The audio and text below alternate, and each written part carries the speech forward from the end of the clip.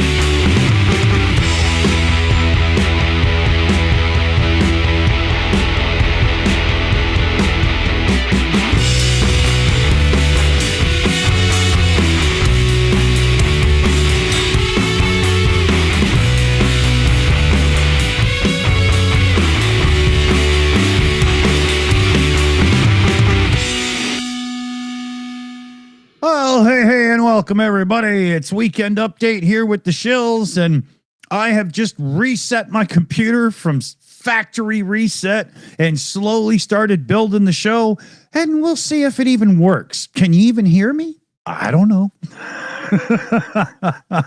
Dunk, what do you think, man? Hello. Dunk. Is this on? Is this on? Do I have to come out the box now? Yeah, actually. No, okay. Flush before you leave. Yeah. Oh, here I am. Hey, look at that. It's all hey, magic. Wow. All right. How's the swamp? Everything good? Smelling as shitty as always. Smelling like a pair of Commander's underpants on his head. Speaking of which, how's it going, Commander? Not too bad. All right.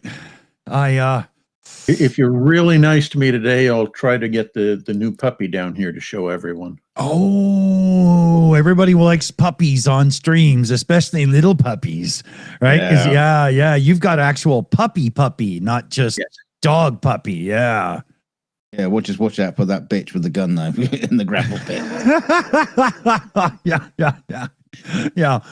Okay, so everybody look out your front window right now. Look out your back window. Look out your side windows and make sure Christy Nome ain't lurking, because if she's even close to the stream, we can't bring the puppy out because God forbid she shoots it.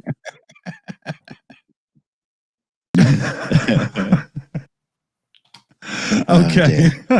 So let's see here. I had an unbelievable night of crazy and a day of crazy trying to rebuild this show, because I don't know if I've ever mentioned it before, but it's not exactly an easy build in OBS. I'm only like a third done, but I think we got enough going to do a show.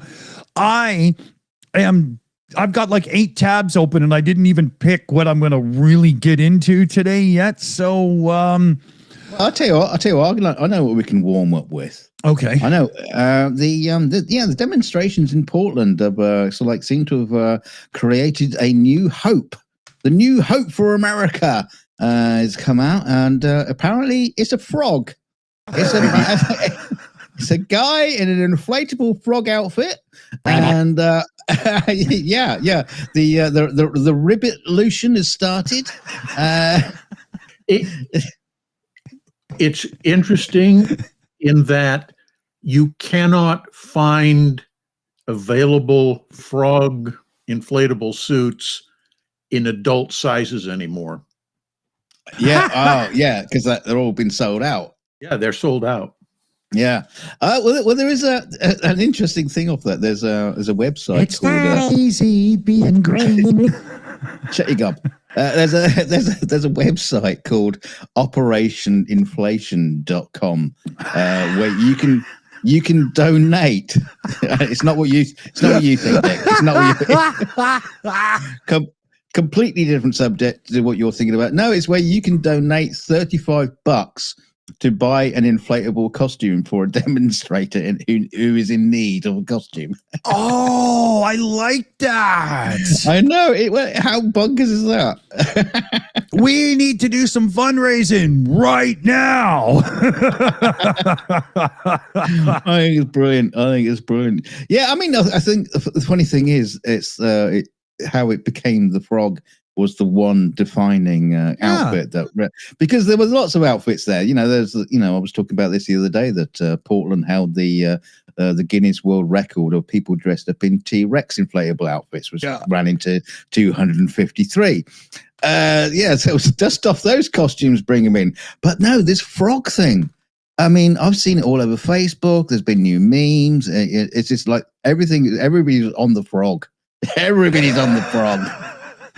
We've got a group here locally in my tiny little area that dress up in unicorn costumes, inflatable unicorn costumes. And they, go to all the events that are, farm tour or Halloween or whatever, and hand out candy to the kids and everything.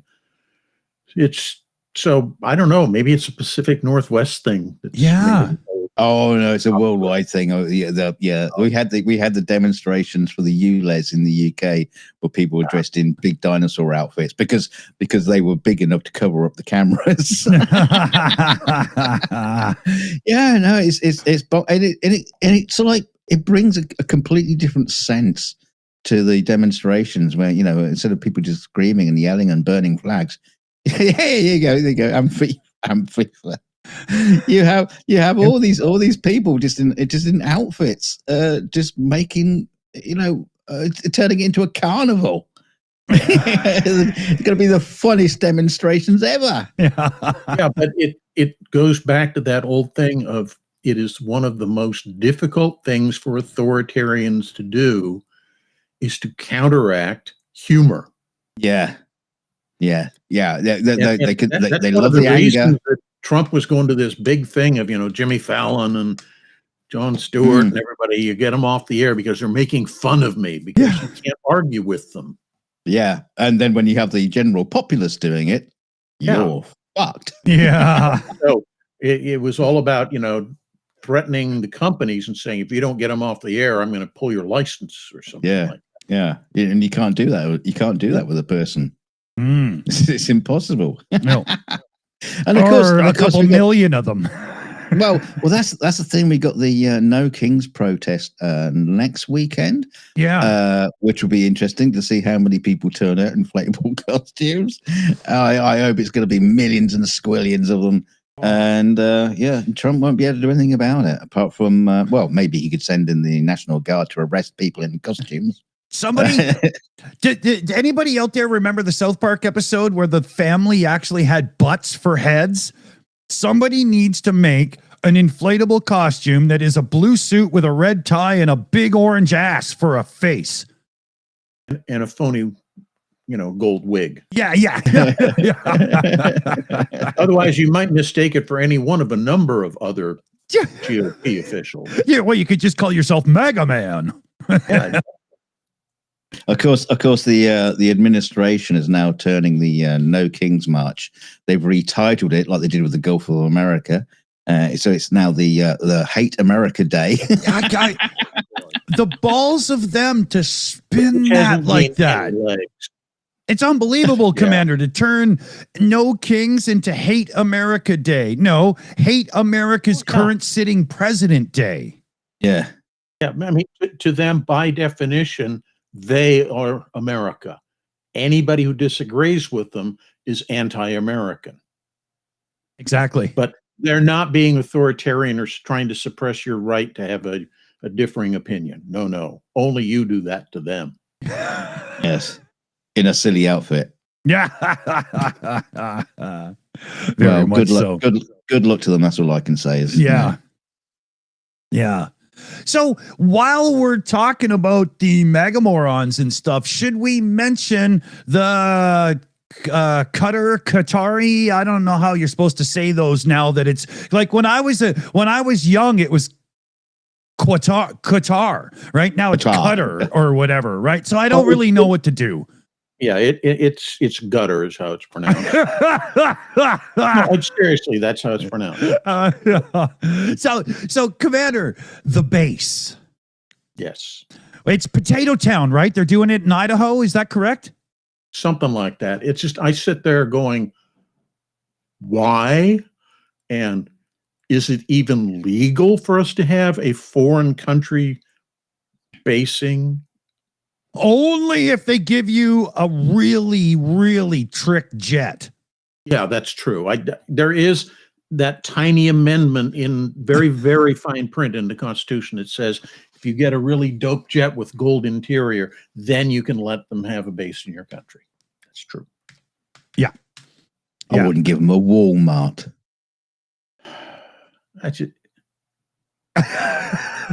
It boggles the mind. Yeah. It really does. And then at the same time, you've got, what's his name? Kushner, who's a big player in the deal where the Saudis are buying Electronic Arts. Yeah. Interesting. I mean, they're taking it off the stock market to go private. Yep. Whoa, money. Right? All the stockholders are going to get 25% premium on the current valuation. Sure.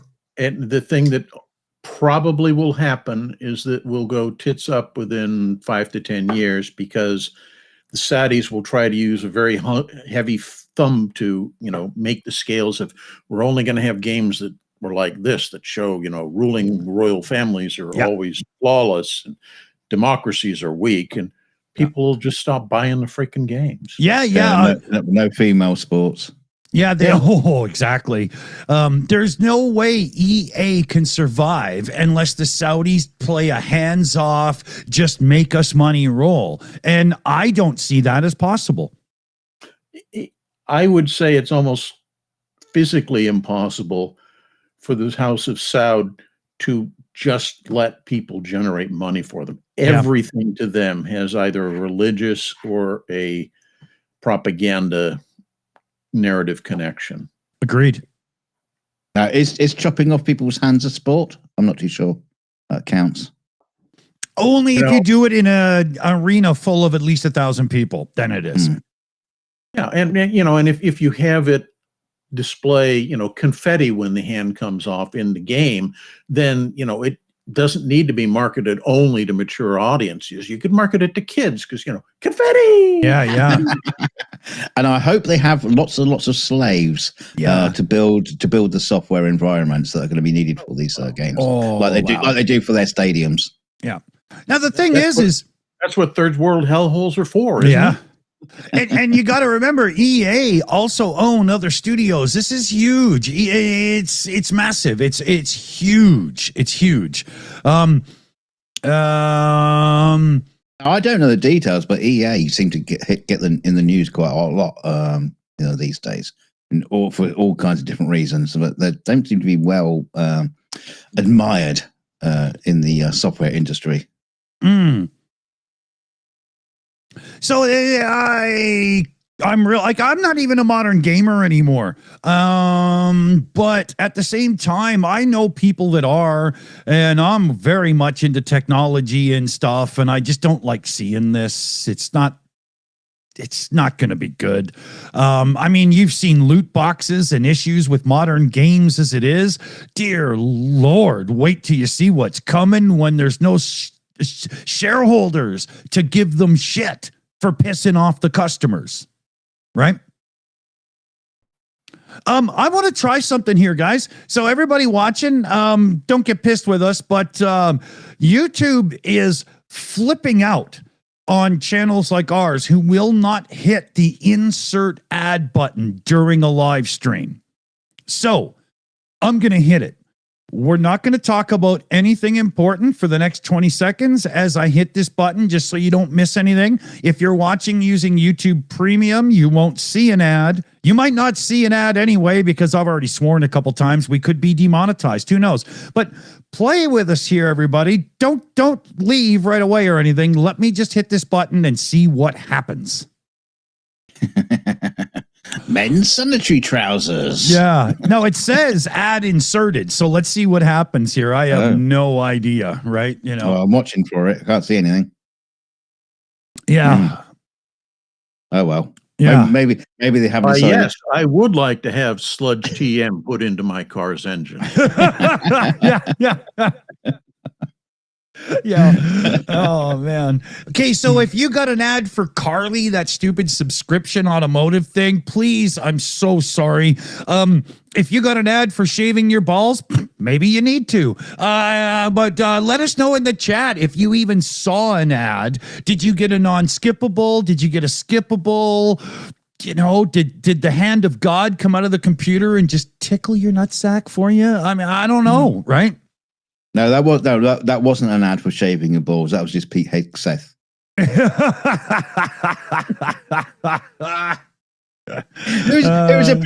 was apparently now undergoing Botox injections. What? Yeah. Why? Because he's just not beautiful enough. The man is absurd. He's the only person on the Pentagon who has a makeup room. I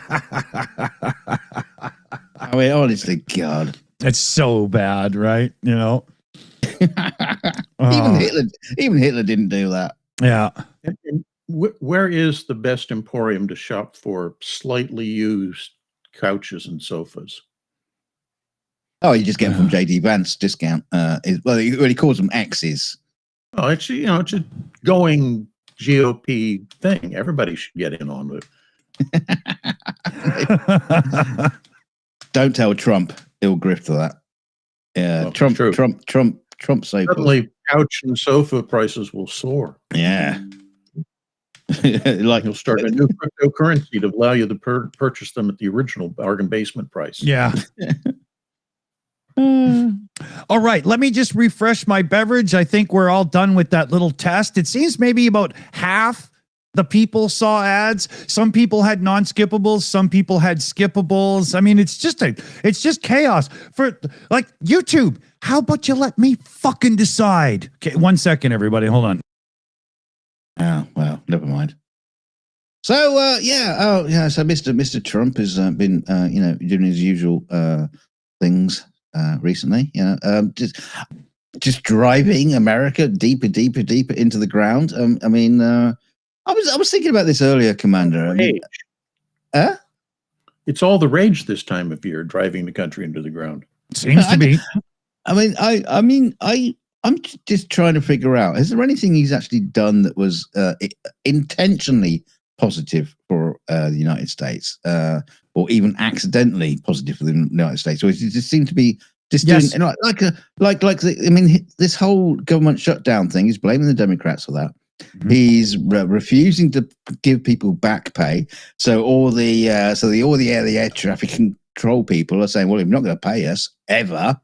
And the best one now is that they're somehow managing to find extra money to pay the military. Oh yeah, you can find money to pay the military. Yeah, that's easy peasy.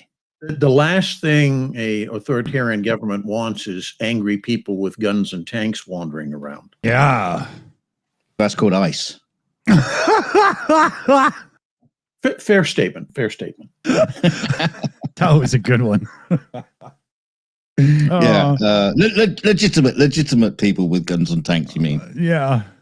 Do you know where they really found the money for DOD, soldiers to get paid? Medicare, probably.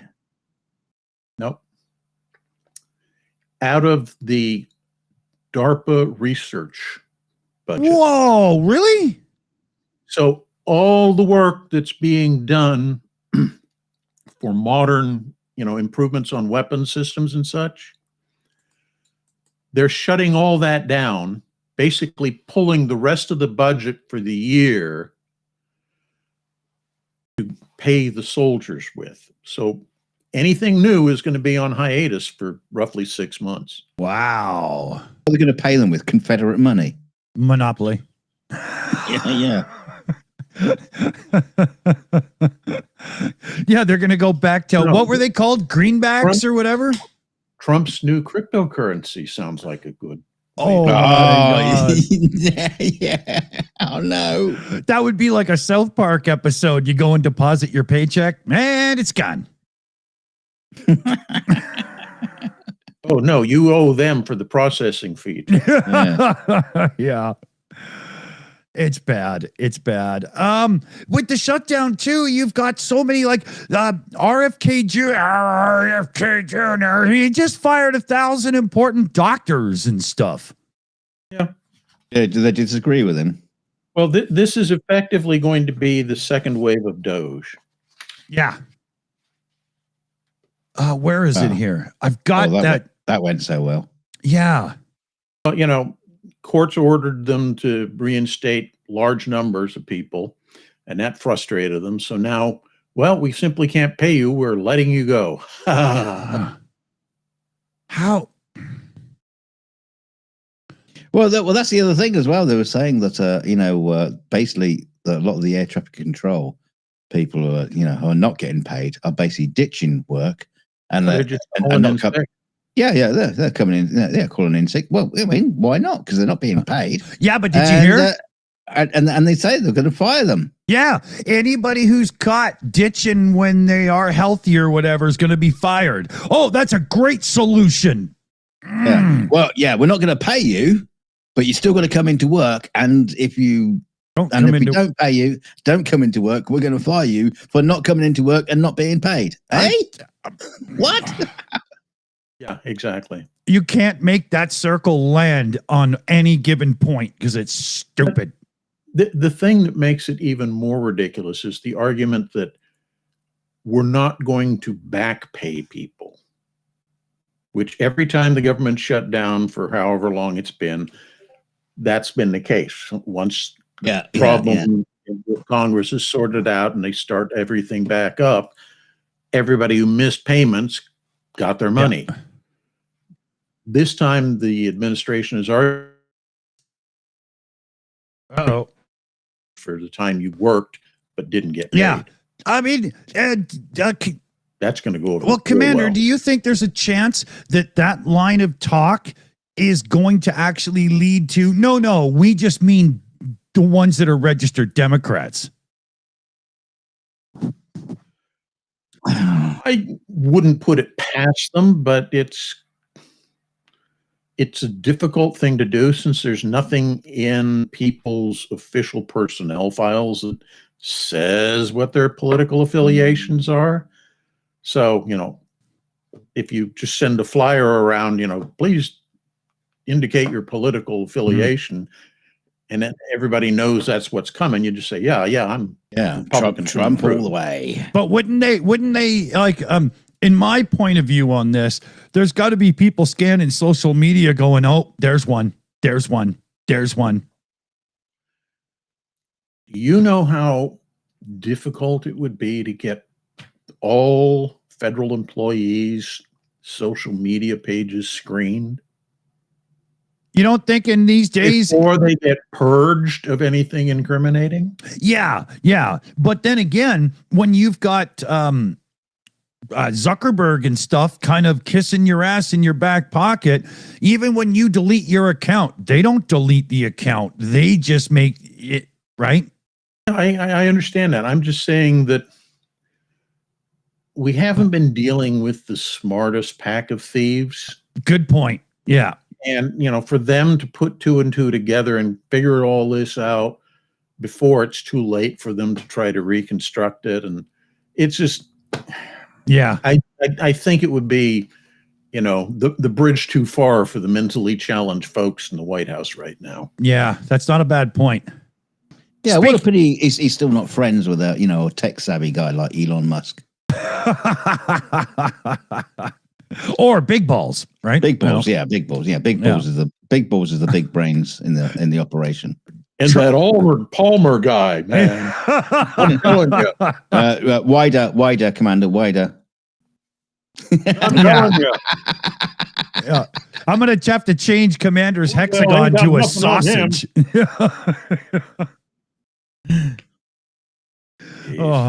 And well, as long as we're making fun of the idiots in the White House, let's talk about something frightening.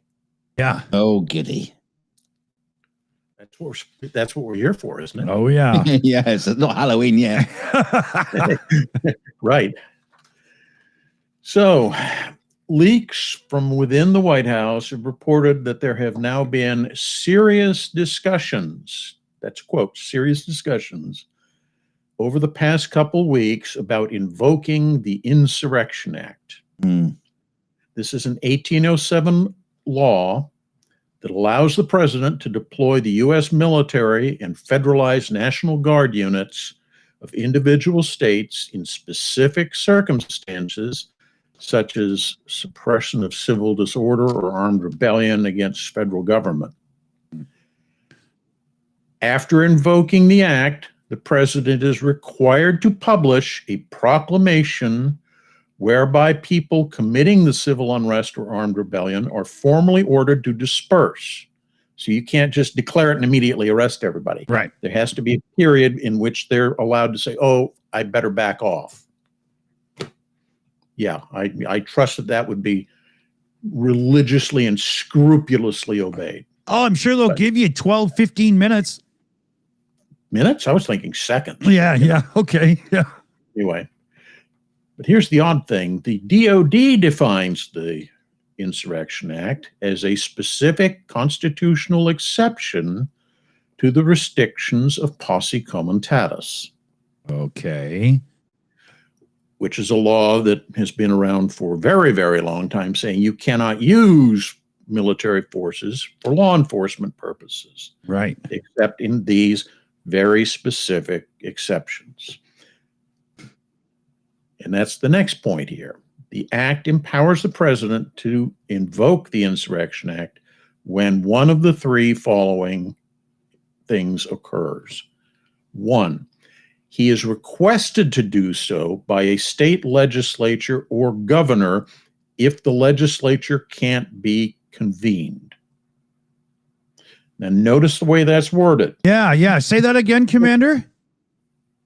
It's requested by a state legislature to invoke the Insurrection Act, or the governor if the legislature cannot be convened.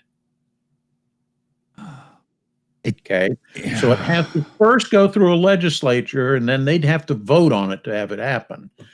And when you're talking about states like, say, California, Oregon, Washington, New York, Massachusetts, states which are largely Democratic, the idea that you're going to get the legislature to agree to this is probably somewhere below zero. Right. Anyway, that's item one. Item two, addressing insurrection in a state where it would be impractical to enforce law with existing law enforcement elements.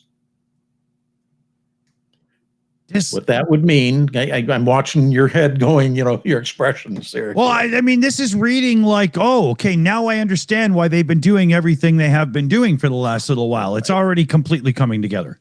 Right. So impractical for law enforcement agencies to enforce the law. So you'd have to have demonstrated proof that, for example, in Portland, the Portland Metropolitan Police and the State Patrol have tried to suppress this insurrection by these demonstrators and have failed. Then the president can act because they haven't. Mm-hmm. We haven't seen that happen, but, all you need is a couple of very specifically edited clips from newsreels, and Jeepers, look, law Yeah. enforcement is being stopped. And I'm sure Fox is being told how to make those clips right now. No, not possible, man. Not possible. Anyway, item number 3. This is the weird one. To address insurrection, violence, or conspiracy in a state where constitutionally secured rights are being deprived and the state is unable or unwilling to act.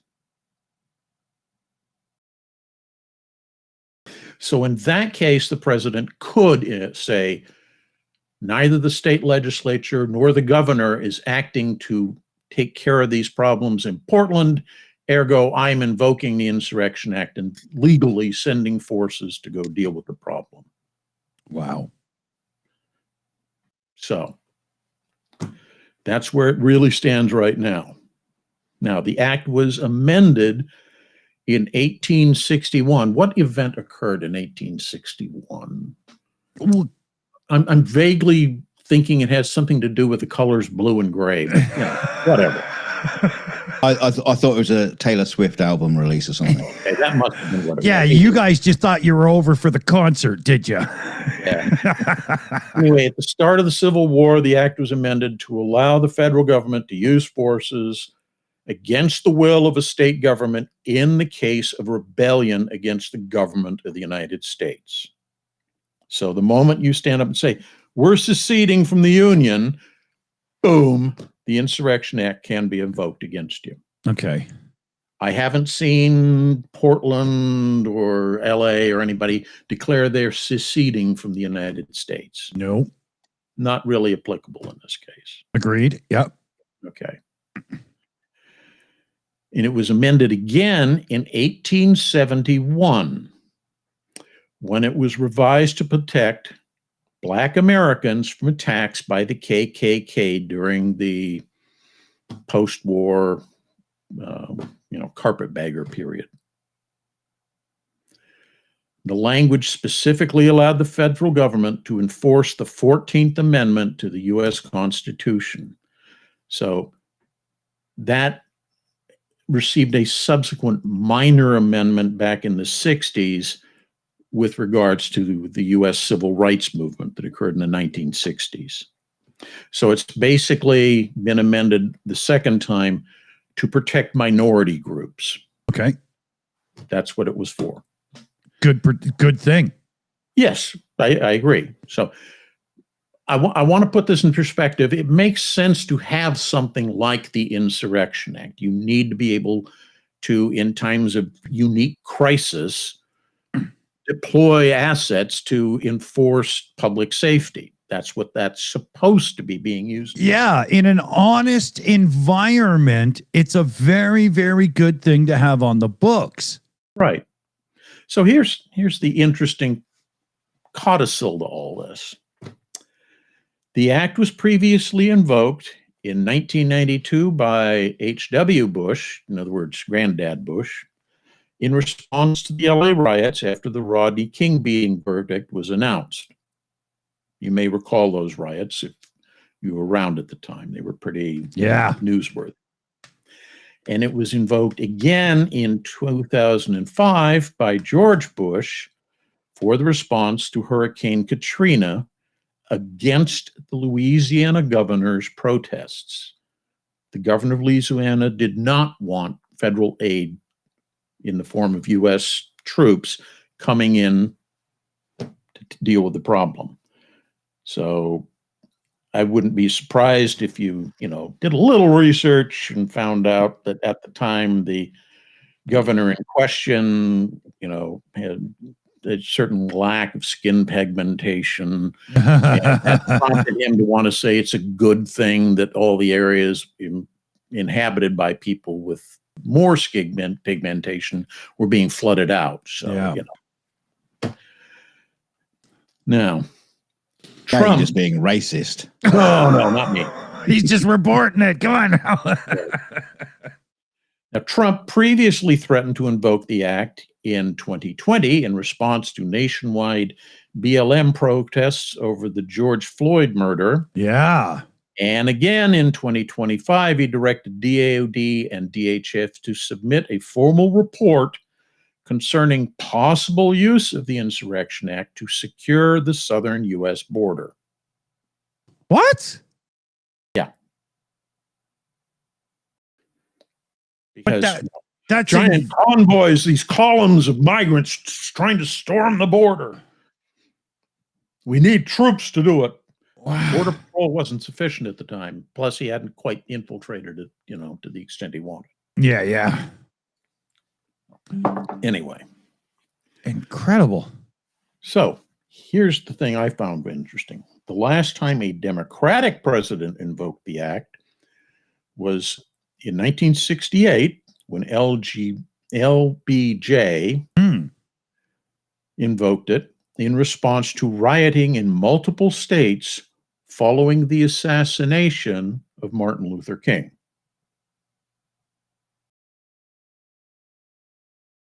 And if you were around during that time, you probably are aware of what I'm talking about. Yeah. It was huge. And there had been lots of racially primed protests and rioting going on in the country even before that. And that just took the already boiling point pressure cooker and threw a stick of dynamite in it to say, look, fireworks. Yeah, there was a lot of conspiracy around that and people pointing fingers and stuff because it did not come at the time that seemed innocent and honest in the way that things played out, right? It seemed... So I think the reason I wanted to bring this up is because as resistance to the current administration mounts, we're going to see them getting more and more desperate to find ways of A, suppressing those protests, and B, hopefully provoking some sort of violent altercation, which would then allow him to really use the Insurrection Act to its fullest extent and say, I want you to arrest every elected Democrat official across the country. And, we're going to have star chamber trials and execute all of them that we don't like. Yeah. Oh, that's all of them. I'm sorry. I made a mistake. That's the kind of thing an authoritarian regime does. Yeah. So he's taking what is arguably a important rule of law in its original intent, which is now being twisted by, the Stephen Millers and Steve Bannons of the regime into, we can take over the country legally by just, tweaking these words a little bit. Yeah. So it's something people need to be aware of that could potentially occur. And it would not surprise me if we go down that road. What's interesting about it, though, Commander, is although through history when you talk about it, and you are like talking about the law, which is for a start is a good point, and you also had like law enforcement, federal agents, all kind of stuff. But now we're in a different situation where we have a completely lawless federal agency in ICE who do not follow any kind of legislation or any kind of what would you call just just the law. And so they're the ones who are out there, and they are actually seem to be trying to provoke. Oh, absolutely. And then once it just takes one moment of someone to fight back. That's and why then they when go, people say, and they'll go, there you go. We told you all about that. We warned you. Yeah, and that's why when people say, oh, yeah, I hope we all attend these protests on the 18th of October, I agree. But people need to understand that this is a litmus test. Yeah, well, it is. It's because not only are you being forced on your own to keep yourself under control and not provoke incidents, we know that the far right organizations are trying to infiltrate agitators into the midst of the protests to cause those incidents. That's why they keep bringing up agitators, because once again, they're being the traditional liar who accuses the other side of doing what they themselves are in the midst of. Well, you know, and it falls right back into the old Nazi script in Weimar Germany. Yeah. You have riots between, you know, the Nazis and the communists, and then Hitler stands up and says, if you put me into the position of chancellor, I can guarantee you that all the rioting will stop. Yep, just like his thing. Get us in the White House and you'll never have to vote again. The rioting stopped because he stopped having his agents provoking the riots. Exactly. And then rounded up all the communists and threw them in camps. So that's the kind of mentality that's going around right now. Yeah. Oh, And they know that there is a group of people who, when in the protest situation, if they're at the front, will lose their cool and cause that moment. And they're just pushing and pushing, waiting for that moment when somebody finally does it. And so here's the thing, everybody. When you're out on the 18th or any other protest, and for that matter, coming up, and I hope you're out, but make sure that you're talking to those around you and everybody's keeping calm. And, you know, if you notice somebody's getting really agitated and stuff, let other people in the crowd know, because you guys can deal with that person. Don't let ICE be the ones who, because boom, right? They got their opening. yeah. Not only that, you might be a victim. That's true. You know, they shot the priest with the thing. I mean, they threw down that girl and violent incidents where ICE has just attacked people for no reason. You know, there was one famously in Portland with the guy wearing a frog suit. Yeah. One of the ICE agents went and pumped into the little vent of the motor that, you know, powers up and inflates the suit, pumped tear gas in there. So now the guy's inside a tear gas chamber. Yeah. Or did you see that one, Commander? There was a couple of ICE agents in a vehicle unmarked on a road. A couple of pedestrians noticed it was an ICE car and started kind of getting in the way. The passenger whined down the window, or, you know, electric, whatever, started throwing tear gas canisters out into the middle of a freaking civilian road. Yep. Yeah, there's video of them running down people in the street. Yeah. There's video of the arresting journalists. Remember that the right wing has tried to introduce legislation in many states where running down and injuring or killing someone with your vehicle, if they are protesting and blocking the road, is legal. Yeah. Legalizing murder. Yeah. Think about that. Well, That's you can't charge. what we're dealing with. Well, you can't charge the person who did it anyway, because their identifications are hidden. Yeah. So we don't even know who they are, who the perpetrators are of these things. It's like, I was saying to Dick the other day that, you know, the guy just like point blank shot that priest. They should be arrested, but who is it? How do you find them? Yeah, but at least the ones that are in an ICE vehicle, you know, they have some thin connection with the federal agency or law enforcement or whatever. But these laws would literally allow private citizens who don't like the protest, what they're protesting about, to run you down. Right. So it's open season for anybody then. Yeah. No, it's basically, you know, what is that? They call it the purge, where they made movies about that silly thing. Yeah. Yeah, and that's kind of what it is. It's like, you can purge people that you don't like their views. Yeah. So I'm laughing because if I don't, I'm gonna fucking cry. Right? Yeah. You know, that's where the world is today. Yeah. And, you know, you see the Canadian flag, all the red and everything. Obviously, I'm a pretty Canadian guy, but I'm only an hour or so north of the border. I've, you know, I've worked in the States quite often as a musician and stuff and whatnot. I got friends, I got relatives in the United States of America, and I do not like seeing this.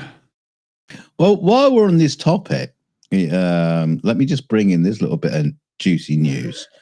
Yesterday, Donald freaking Gump repeated false claims about the January 6th attack, claiming that Joe Biden placed FBI agents into the crowd when Donald Trump was the president. Yeah, not Joe Biden. He claimed it was upwards of 300, which would be a serious agitation effort. It's so screwed up. It's his dementia-addled brain is no longer capable of forming coherent thought. Do you think he's just being fed lies by these Project 2025 people, and he's just like, oh, okay, then that's a fact, and he just spews it? Or I don't think that. I think he literally is just, open mouth, let it run.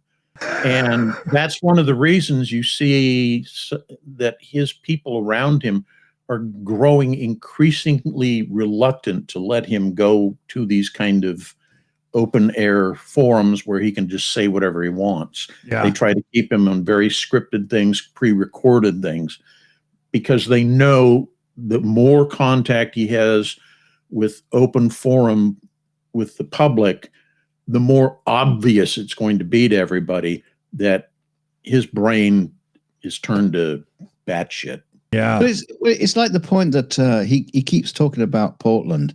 Saying it's burning to the ground. You just got to turn on your TV and you can see it's burning to the ground. And well, it's obvious that someone is just like showing him videos from years ago when there were riots and shit going on in Portland, and he's not being fed the correct information. Yeah. Or he's just fucking lying. Well, arguably that's the same situation with Putin. Some people have said he has no real clue of what the situation at the front is because his cronies, that he's surrounded himself with yes men, they only tell him the good news, and he is never given the bad news. So he literally has no conception of how bad things are for his troops. Yeah. And that's another very common imprint of an authoritarian regime is that Hitler had that as well. You isolate the great leader from reality, and you only give him what he wants to hear, which lets you as his cronies have free reign to do whatever you want. Yeah. He can't tell you, well, you're not supposed to do that. That's not called for right now. Yeah. That's what I'm saying. Hitler had the same thing, towards the end of the war, where he was being fed false information because they just didn't want to tell him how bad it was. Yeah. You ever seen the movie Downfall? Oh yes, I've seen that a billion times. Him doing the rant that everybody's yeah. I've seen the reality of versions. He throws his tantrum because he's being told that a guy in charge of one of the army groups named Steiner is supposed to be mounting this huge counterattack which will relieve Berlin from the south or something. Yeah. In fact, Steiner's army group barely had more than a single functioning division in it. Yeah. It had been that badly depleted. It wasn't a case of him mounting attacks to go relieve Berlin. It was a question of, do I surrender now or after you've shot yourself? Yeah.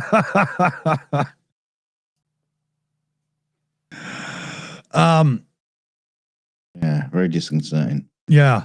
I'm just trying to set something up that I didn't have set up pre-show. So I'll turn it to you guys just because I gotta add something and hopefully it works, and maybe it won't, but I don't know. We'll see here.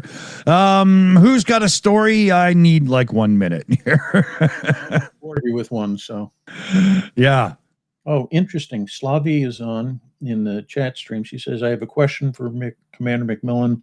Does shaving your beard help you fight better? Yeah, that's being thrown back at Pete Hegseth, I guess.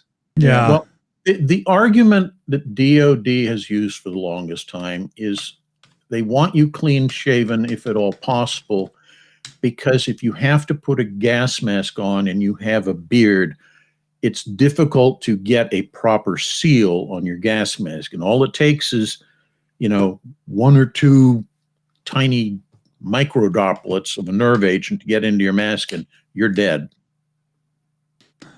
So that's one of the arguments. I don't think it holds as much validity as it used to, because gas masks have been changed since they originally came up with why that was an important rule. But that's one of the arguments. And the second argument to it is that it's kind of like this Trump not liking, or Hegseth not liking fat generals or something. The idea is that somebody who's maybe slightly overweight does not look as photogenic as someone who's thin, or somebody with a beard does not look as photogenic as somebody without a beard.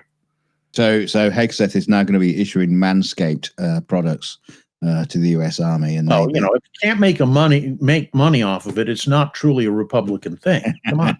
Yeah, you know what the problem is, though, is Hegseth can't mentally imagine somebody giving them a hum job when they have a beard. That's the problem. It's all about him. Must be. I saw a great video of him trying to do a pull-up on the bars, and he couldn't even get his chin over the top. I think it's worth noting that many of the European militaries, including ones that have been in combat relatively recently, allow beards. Yeah. And have for quite a while.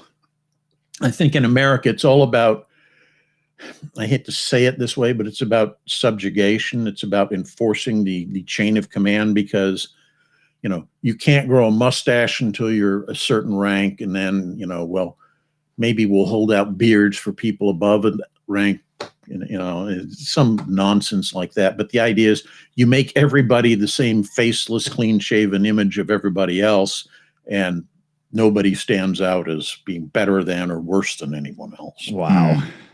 So I think it's a dumb rule, but what rank are you allowed to have one of those like curly wax mustaches?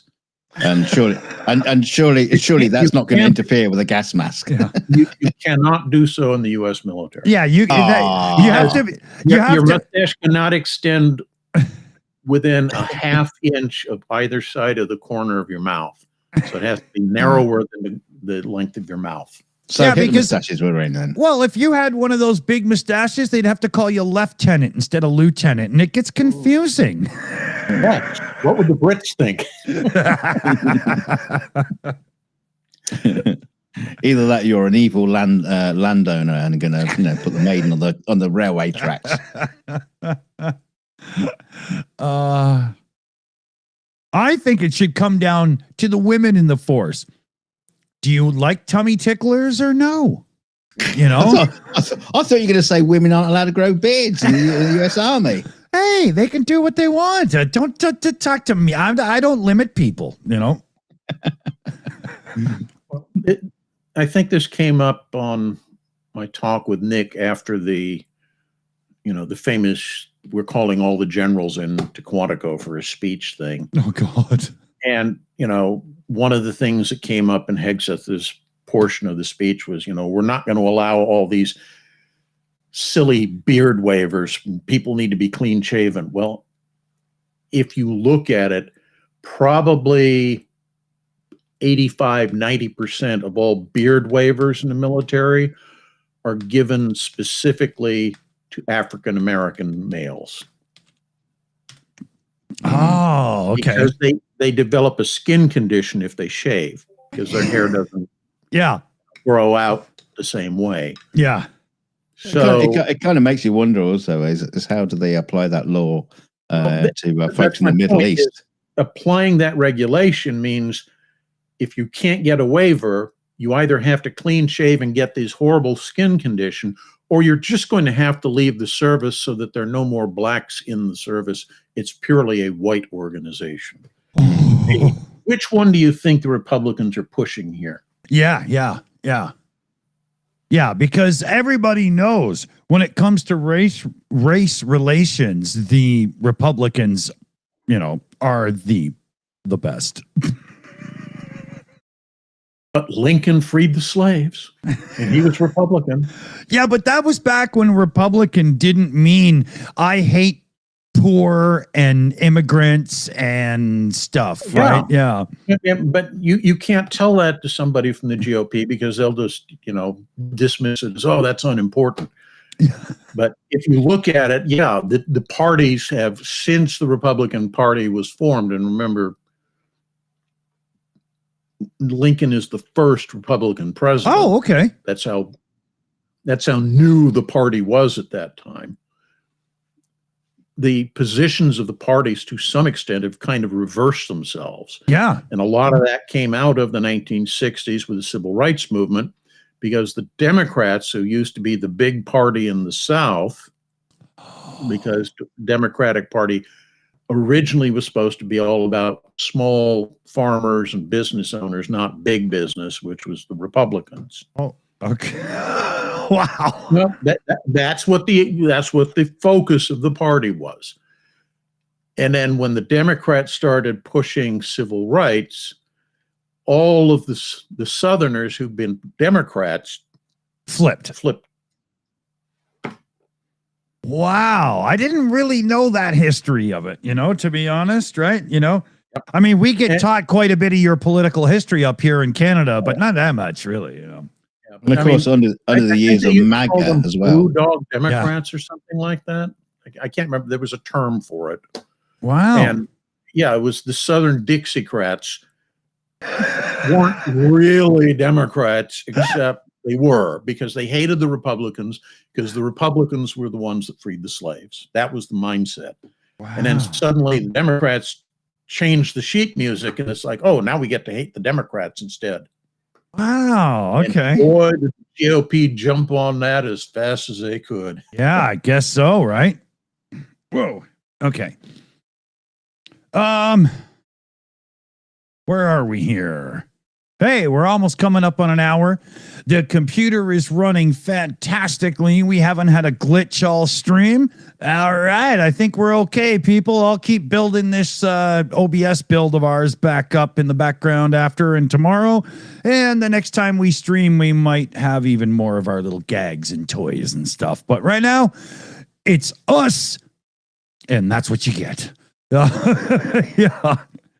Where did Dunk? Do you want to take us anywhere here? Or? Yeah, I'll tell you what. I'll take you off course a little bit. Now, there's been a story that turned up in the Shills server. Talking about a Tesla that went awry and crashed and everything. But there's another story that fake news. No, it's a different story. But there was a Tesla Cybertruck being driven by a insanely drunk and a drugged driver. It crashed. Unfortunately, two of the passengers in the back were burned to death because they could not escape the car. Oh my God! You've got to be kidding me. No, there was a third. The driver died. I'm assuming he died in the flames after probably being like smacked into the windscreen or whatever. But there was a third passenger who was managed to be pulled from the truck. Thankfully, the Tesla's indestructible glass was destructible, and so they managed to break the glass and pull this third passenger out. But the other two just literally sat in the car being burned to death, and people witnessed it and saw it happening. Yeah. So there's going to be a lawsuit.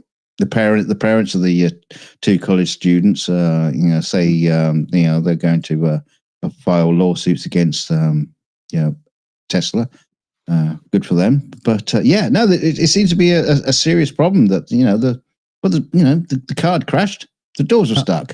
Well, sadly, this is actually not purely a Tesla only problem. as car companies start using these electric doors as a cool luxury feature, more and more cars have this, where if anything goes wrong electrically, you're not getting out of the car unless you know the secret place to find the manual release for the door.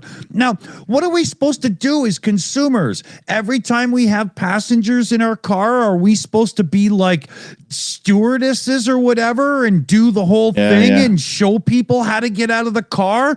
Or in the event the back seat catches fire, masks will deploy from the overhead, which you will then use to smash the window open so you can crawl out. Yeah. I mean, you know that little handle that you use to usually open a door? If it's electric, it should be connected to a manual that will kick in if the electric fails. You shouldn't have to dig around in a crashed car trying to figure out how to get out of it, let alone one that's on fire. It's unbelievable. Yeah, absolutely. Absolutely. And There yet should have been no reason for these kids to have died. None. No reason whatsoever. None at all. and yet there's legislation pending in a lot of states to allow greater use of, self-driving electronic vehicles, because sales, there aren't any problems with these kind of vehicles. It's unbelievable. It's so absolutely stupid. It's not funny. If some billionaire can make money off of it, we can't suppress it. It's the way things have to be. We just have to accept that, 50,000 people a year are going to die in traffic accidents in this country. Yeah. Commander, you must remember the name Ralph Nader, the book Unsafe at Any Speed. Remember, he totally rewrote the rules for the American car industry for safety and stuff. If he was working or number one to industry these days. Oh, yeah. But imagine if that cat was active right now doing his thing. The fact that somebody couldn't find the door handle to get out of the car while it's on fire, there's no way he would not be like. And we're just people in the world are just reading this news like, wow, that sucks. That doesn't suck. You should sell that car immediately. You should demand that. I can't believe that the government isn't all over this like flies on shit.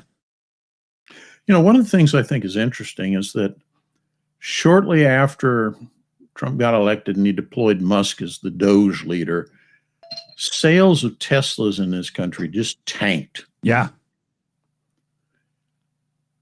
And now they're back up again. I have seen that they're back up. Yeah. And I don't think it's necessarily because people are buying them because Musk is no longer in the news as a a-hole. I think it's because a lot of right-leaning people are buying it as symbolic of, hey, look at me, I'm a good conservative. I've bought, Musk's vehicle.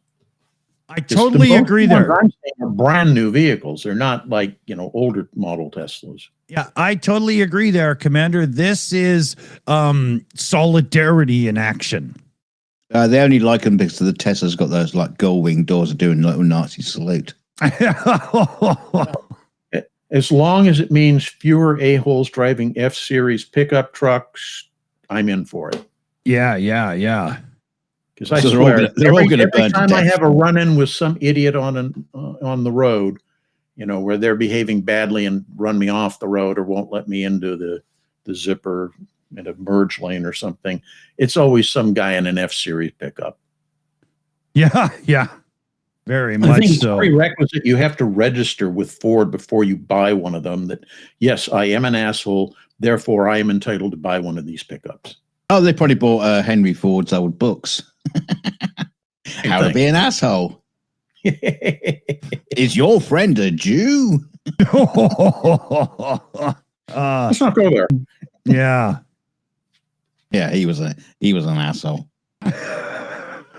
I had Greg Terry in the background get a hold of me, talking about Trump's comments on Ukraine on Air Force One. I got to look that up.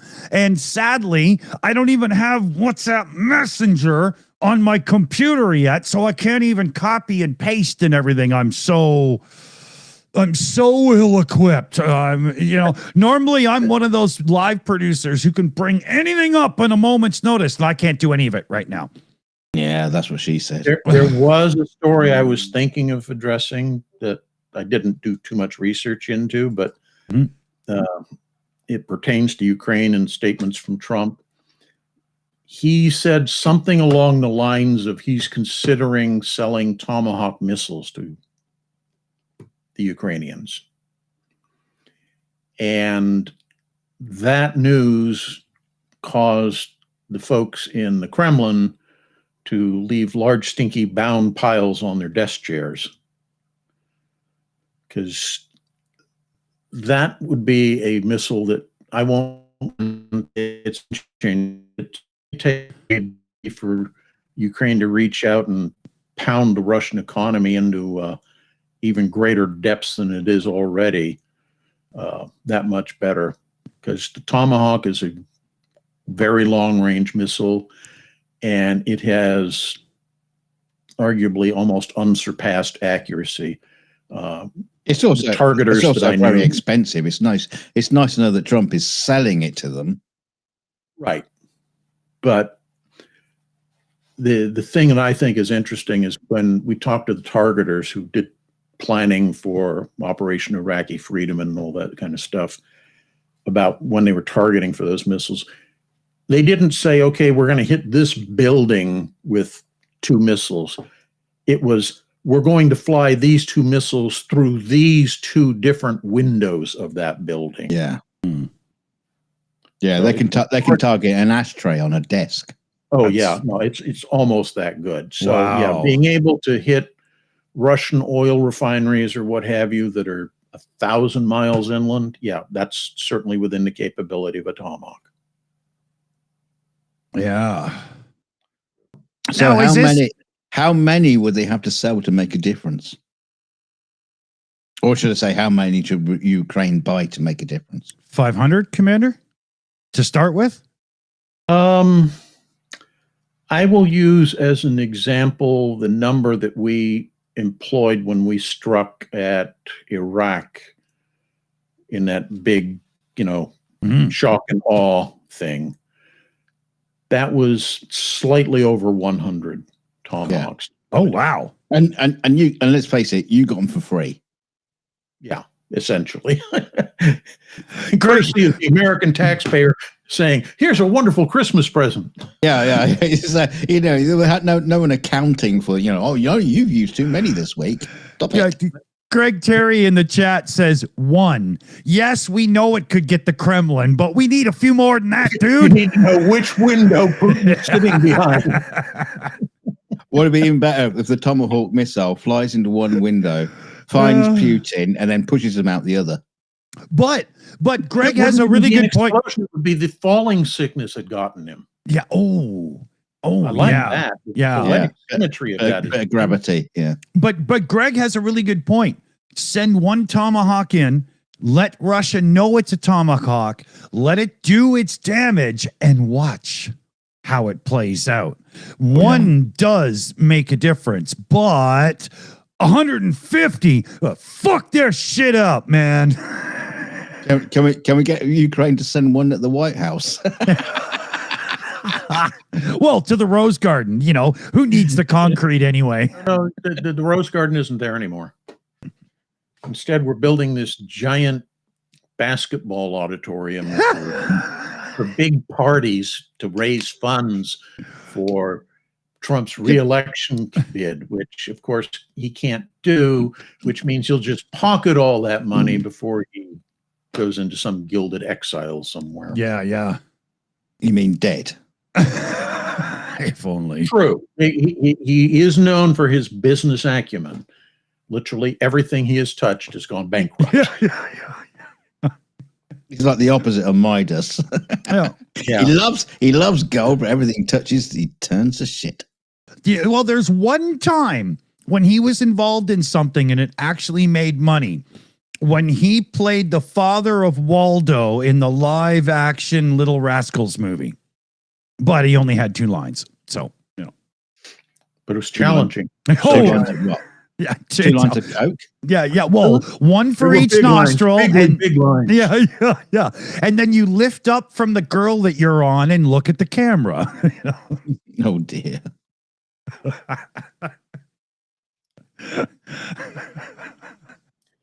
So we got time to go over one more. Yeah, we've got about 20 minutes here. Okay. Now, I'm taking this from just what I was able to get off the interwebs. And I'm sure that European people, particularly those from France, would tell me I'm completely out to lunch when I read this, but I'm going to anyway. Sorry, they're not listening. Too busy sticking medication in their rump. Right. So late Friday, President Macron of France asked,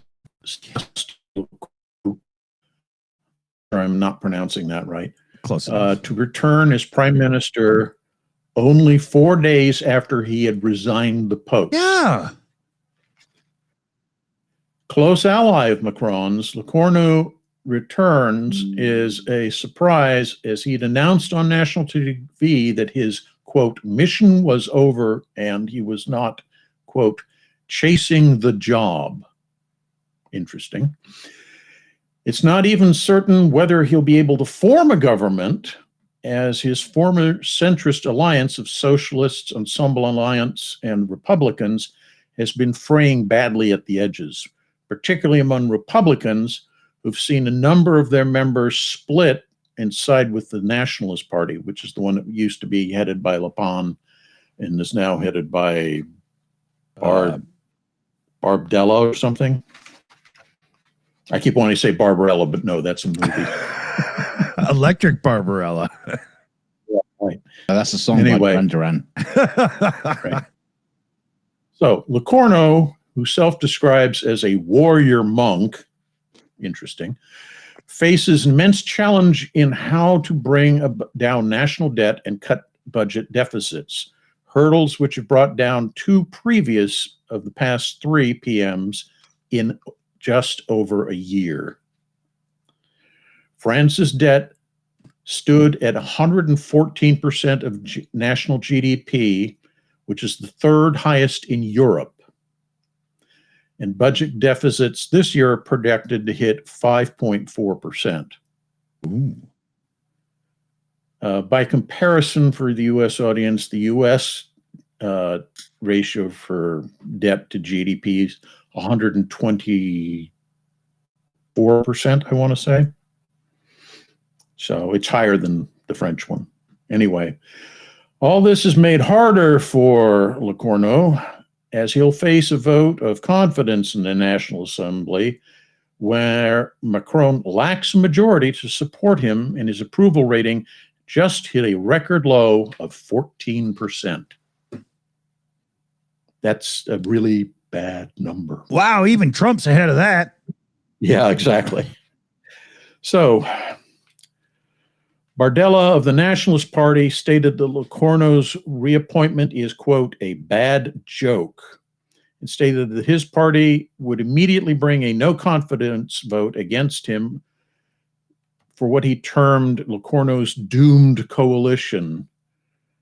That in turn would prompt national elections, and the Nationalists are currently leading in the polls. Oh. So, yeah, I mean, we know the last set of elections that it was all projected that, you know, the right was going to, the Nationalist Rally Party was going to come out the largest of the parties. They didn't. Yeah. But they're still scoring higher, and Macron's rating is still going down. So that may actually occur. So effectively, it'd be like electing a French Donald Trump. Damn it. I really like Macron and his vocal, very defending democracy and stuff. That sucks. Yeah, I agree. You know? I agree. So Lecornu's problems are complicated by the fact that the 3 centrist parties can't form a government of their own. They need at least a few defections from the fringe parties. And remember what I just said, that the socialists and the Republicans are also starting to lose people to the next step over from the fringes. So it's really unlikely he's going to be able to pull that off. Worse, Bruno Retailleau, head of the Conservative Republican Party, which has been a part of the previous coalition of government that saw Macron's rise to power, he is known to have presidential aspirations of his own and has already stated he will not be part of his second Locarno coalition. So all of that's real nice about French politics, sees where things are heading and everything. The interesting comment that I found the most telling was the one that came from the head of the French central bank, where he said, if Locarno fails to form a government, there will be even more instability, and that will translate into impacts against France's already weak economy. So here we are looking at, the U.S. going into a economic downturn because of the ongoing tariffs, who's got the tariffs game, and all the other nonsense that's going on. Well, if Francis goes, and I'm sure the English are going to have their own problems, and all of this mounting everywhere, we could be potentially looking at another depression, global depression on the scale of the 29 crash. Oh, because that's what everybody needs right now. Exactly, because if all the big economies are going into the tank, and the synergy of all of them going into the tank at roughly the same time occurs, that's, I think, a fairly realistic possibility.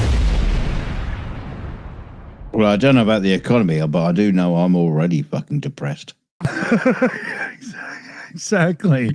I'm not even going to touch myself later. On the market, damn it.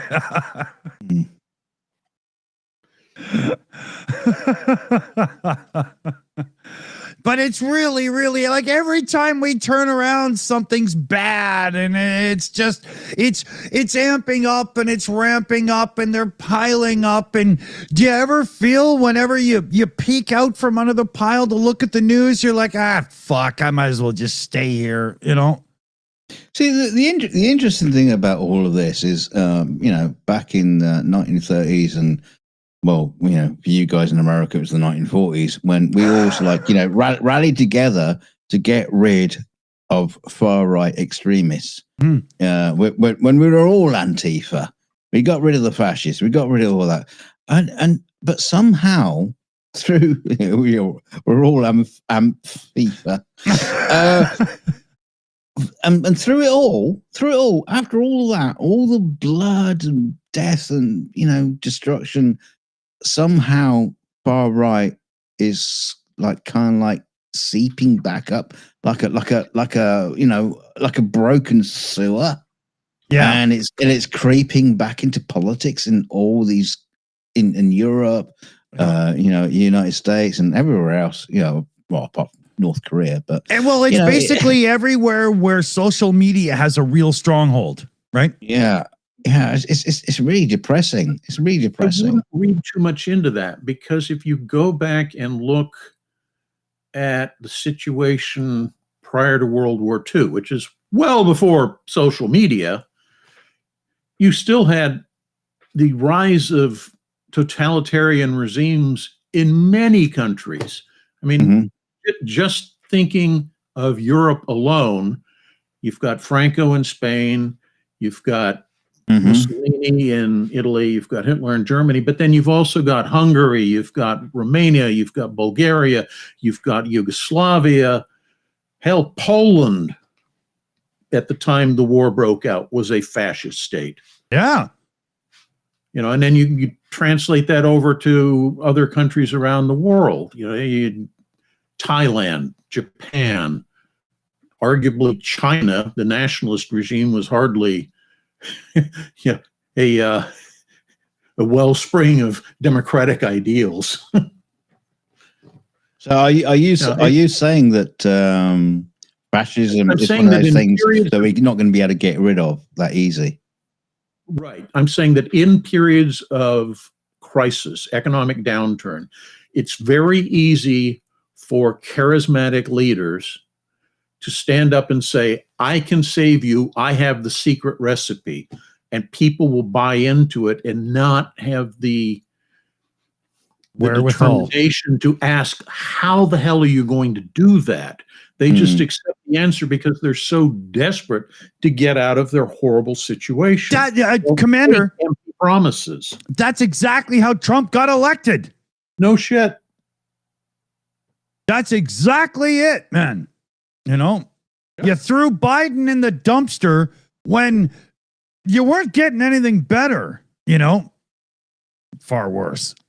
But yeah, I mean, it worries me about this country, you know, in the UK with the rise of Nigel Farage. What a momentous, absolute cavernous tit that man is. Yeah, he's a nutsack that really needs to be shaved, you know.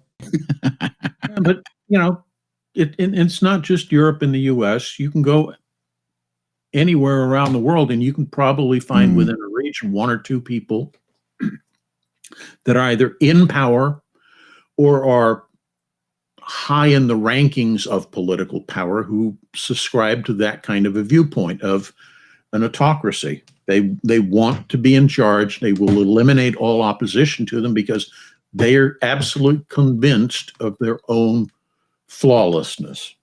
Yeah. Well, it's not a new thing because I've got a name I can bandy around, Caesar. Oh, sorry, I just got a sore back all of a sudden there.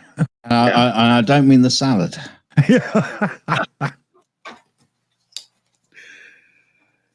Why do they call the salad a Caesar salad? Is it because you have to really chop it up properly to get it, you know, the lettuce? It has to be chopped just right. It's actually a fairly recent recipe that didn't become popular until like the 1920s, if I recall. Really? It was the hotel. Yeah, it was named in. No, seriously, it was some hotel that applied the name to it. Yeah. Wow, really? It was their salad. Yeah. Wow. And it's very delicious and eaten mostly by left-wing people. There you go. How about that? How did they get to that though? Did they just like kill the sous chef or something? And they were like, I don't know, call it a Caesar salad. He invented it, you know. We were going to call it the Hitler salad, but we thought, yeah. That's too obvious. We'll go for something a little less. Yeah, just a bit more stabby. Right. Oh, okay. So anybody got a last one to toss in before we're done here? I do have a quick one I can throw in. Go on then.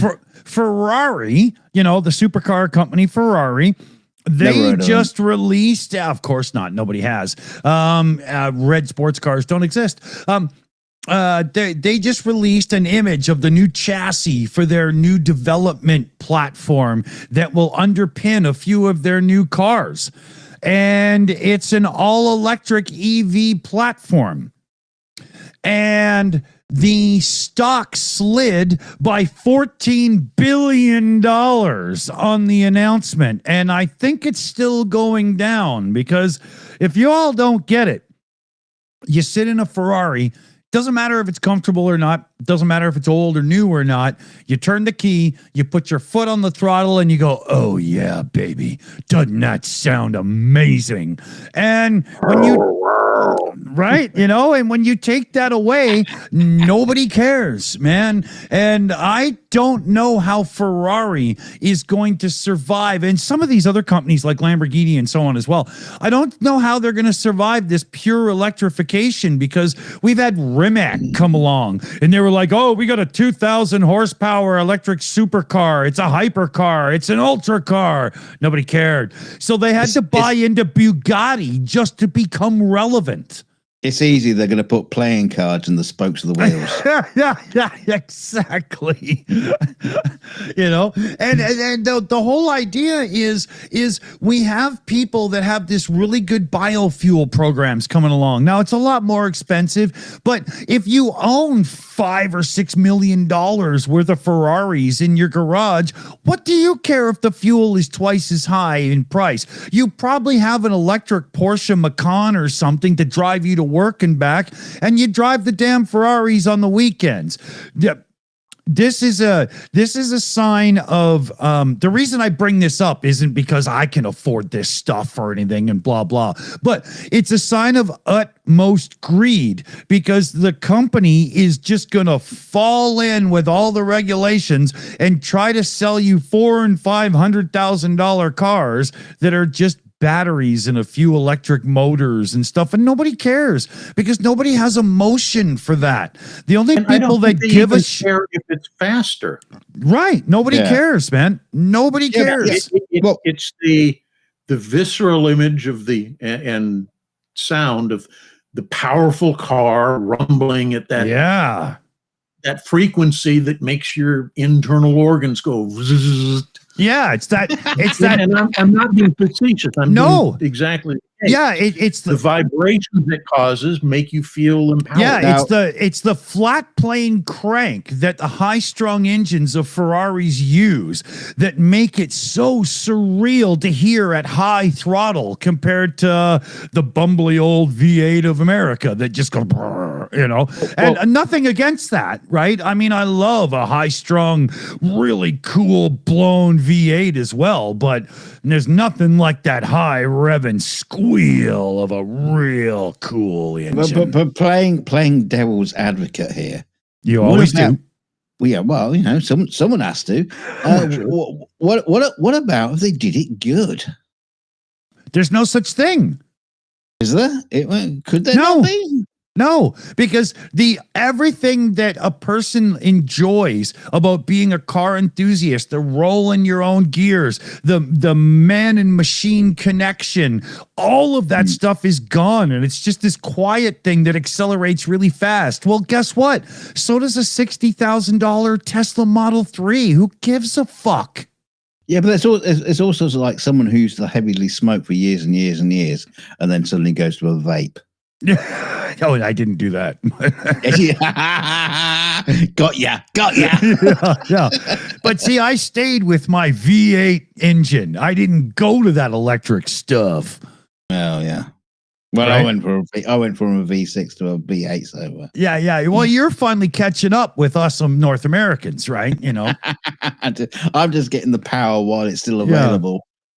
But it's got four wheels and safely gets me from point A to point B. I don't give a damn what the power source is. But it gets me really fast. Yeah.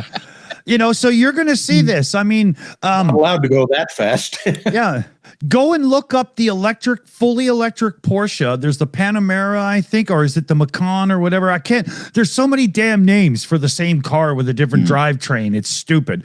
Porsche even went so far as to call the high-end electric four-door a turbo.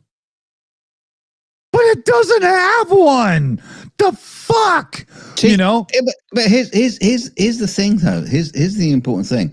If these guys don't take on any kind of electric car concept whatsoever, and they stick with the engine, which I get your point. You can't beat it. Right. But if these guys don't take this form factor on and try it and try to make it good, then we're left with Tesla. Right. No. We need more people doing it.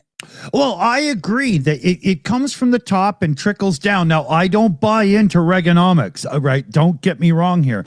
But technology does work that way. And so if you've got the big companies doing the electric stuff, they do all the R&D and everybody else benefits in the end. The big companies can, charge big bucks and blah, blah, blah. But the market has responded to this already. And you can go and spend $200,000 on a top-end four-door Porsche electric car, and in 2 years, it's worth about $60,000. Because nobody else gives a fuck. right? It's not working. What they should have done, and Harry Metcalf from Harry's Garage and a few people on YouTube have already talked about this, the hybrid was the way to go and is the way to go, especially the plug-in hybrid. So you can plug your car in, you can do the grocery runs and all that stuff under electric. You get all the benefits of zero emission and blah, blah, blah. But then when you want to hit the back road and do a little sport driving, that motherfucker lights up and away you go. That was the real answer to this problem. Who the fuck takes the Ferrari out to get the grocery run? I mean, honestly. Well, actually, quite a few people these days, because you got a lot of these real new money YouTubers that can't believe that they, didn't have to rise the ranks of business, and now they have a Ferrari, and you damn right they use it to go get fucking milk. I mean, it really is. No, they use the Rolls Royce as the second car. Yeah, the Maybach. Don't get me started on that one. But yeah, yeah, But you watch. Nobody cares. It's not going to work, and that's just how it is. And the governments of the world have to start figuring this out. Not everybody wants an electric car yet. And the electric cars are sinking in value after you buy them and take them off the lot. The public is seeing this and reacting to it now. Right? Who out there listening to my voice right now would knowingly spend $160,000 American on a car, knowing that it will be worth less than half inside of 2 years? Who would do that? Well, the funny thing is, you had all the governments are saying, we're going to switch to electric cars. I'm going to force everyone to buy only electric cars from now on. And I think the deadline was like 2 years ago. Yeah. Well, a few of them are still coming, but it's not going to happen, right? Yeah, it's just it's not, because it's still not there. I mean, city cars. That one I was showing you the other day. That's a hilarious little thing that looks like a Defender, but it's about like a Matchbox car, tiny little thing. Brilliant little car, brilliant for city life. Just about 200, 300 miles on a full charge, which is it's probably what I get when I fill my car up. But great. But it's a city car. It just doesn't work with a lot of people. Just doesn't work. Exactly. I mean, in North America, you can't take those little cars on the highway and big transport trucks are blowing past you and you end up in the ditch and you're like, why the fuck am I here? It's not a good thing. And you see all those mobile phones that have, the batteries have expanded and pushing the case out. When's it going to start happening with like cars? You're sitting in your electric car and your head is hitting the ceiling because the battery's bloated. And it's like, I didn't notice that happening. That's actually going to happen with some, like the Nissan Leafs and a few of the cheaper ones that don't have heating and cooling systems for the battery. And that's another thing, right? But I don't want to just go on, and I don't want anybody to think I'm anti-environment or anything, because I am not. There's nobody out there that wants to spend $250,000, $300,000 on electric vehicles. Well, there was a couple, but they learned their lessons. It's not working, It doesn't help that the electric car industry is more expensive than a lot more. Diesel petrol engine. And one last point, if you're somebody who's really environmental and you're mad at me right now for saying this stuff, keep in mind, people that buy the really expensive Ferraris and stuff, like most of them, they have other cars as well. Most of them have like collections and stuff. Each one of those cars drives like maybe 1,500 miles a year. Like, they're not really adding to the problem very much, right? You put too many miles on your Bugatti or your Koenigsegg or whatever insert name of hypercar, supercar here, the more miles you put on it, the more it depreciates. So these people drive them sparingly. And they're not adding that much to the global carbon footprint. They're really not, right? Yeah. But Well, yeah, we're just over an hour and a half. We don't like this show to run too long, right? Hits the algorithm a little better, we hope, after. Let's see here. Commander, thoughts and opinions, and anybody you want to flip the bird to before we go? Yeah, thoughts and prayers. Yeah. who would I want to flip the bird to? Mighty be orange. No, couldn't possibly be. I'd have to think about that one. That's a toughie. I'll get back to you next week. All right. Oh, Commander, before we go, are you going to grab Puppy? Oh, you keep talking. I'll go grab a puppy. All right. Dunk, what do you think, buddy? Oh, I'll grab my puppy while we're sitting here. This is no, we're not broadcasting on OnlyFans. Don't do that. Oh shit! Oh yeah, but he's asleep. My little puppy's asleep on my lap, so I'm not going to wake him up. Yeah, he's so tiny, like a little chihuahua with no hair. Anyway, hang on a minute. What was the fucking question? I wish you didn't know. Yeah, so no, it's interesting. The world as usual is going deeper and deeper into fuckery than you can possibly imagine. Oh, faster and faster every single week. I'm just like gobsmacked. I think Trump is just doing his best to run the United States into the ground. Yeah, I don't think there's anything he is attempting to do to help the United States in any way, shape, or form.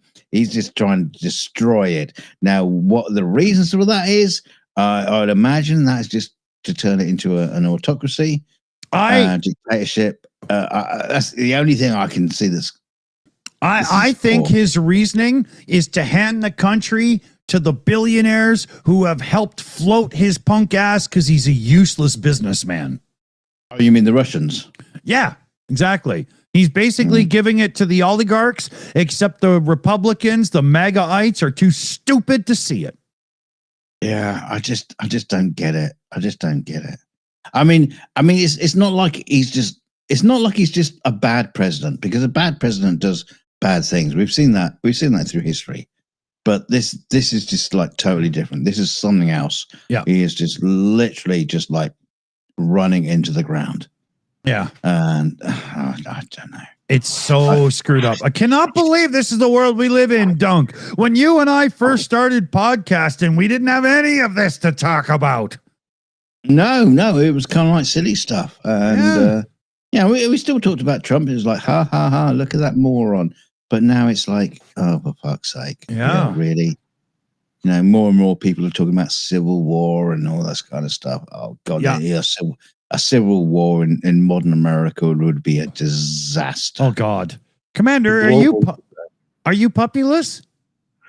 The commanding officer was sitting with the puppy who was asleep and suggested that it might be bad for ratings if I were to hold a puppy who piddled or pooed while presenting. So she's taking her outside briefly, and then we'll rush down here. All right. Good. So bear with me a couple more moments. All right. Yeah. Puppy on deck. On deck. Nobody go anywhere out there in YouTube land, because you're gonna miss Puppy, and you don't want to miss Puppy, because you ever seen the kind of dogs that Commander and his wife have around the house? This is going to be a cute mother puppy. Your teeth mother puppy. Yeah. Well, I just realized that swearing like that wasn't appropriate in introducing Puppy, right? So I